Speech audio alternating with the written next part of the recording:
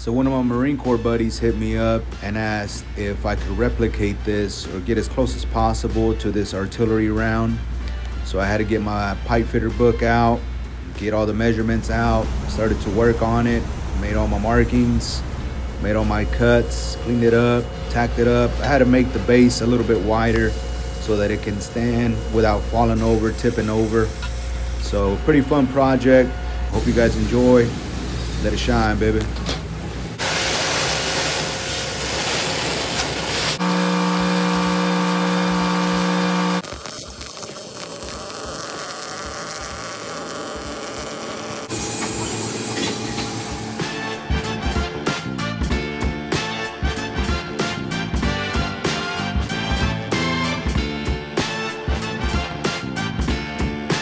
Target, ceasefire, let it shine, baby.